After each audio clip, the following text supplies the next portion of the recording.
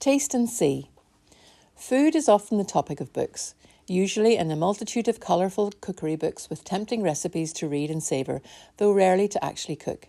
We've also had travel books featuring the food of different countries and even memoirs featuring culinary memories from the past.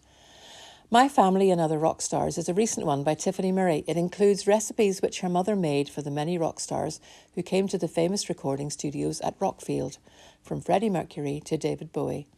There are also a growing number of fictional books featuring food. One memorable one for me was based in a tea shop famous for its cheesecake. The recipe was included at the end, and I remember attempting to recreate it for a reading group supper years ago. Needless to say, I wasn't hugely successful, though the members of the group were kind enough to eat it anyway. Lessons in Chemistry by Bonnie Garmus comes to mind as well, a quirky bestseller from the past few years, which features an eccentric chemist whose take is that cooking and baking is basic chemistry and accidentally creates a popular TV cookery series. I have recently read Butter by Asako Yusuke. It's the story of a journalist, Rika, who meets a convicted serial killer, Kaji, in a Tokyo detention centre in order to write an article for her newspaper.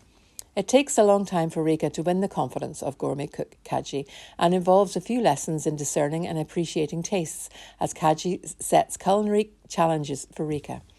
Kaji is expert at using subtle mind games to get what she wants and is renowned for using her cookery wiles to lure victims to their deaths.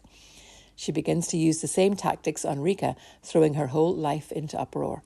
This is an interesting insight into the Japanese mindset, as well as shining a light on the lives of ordinary people, both in Tokyo and the rural areas. Butter will never taste the same after reading this. It's something to savour and appreciate, especially as Japan has suffered butter shortages in past years and seems to be a central ingredient to most of the gourmet dishes mentioned.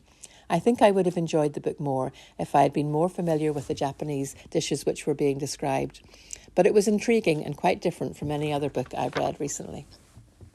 As with baking and cookery, the best way to appreciate a book is to taste and see for yourself, and then spread the word around afterwards to your friends to encourage them to read too, so you can discuss the book further.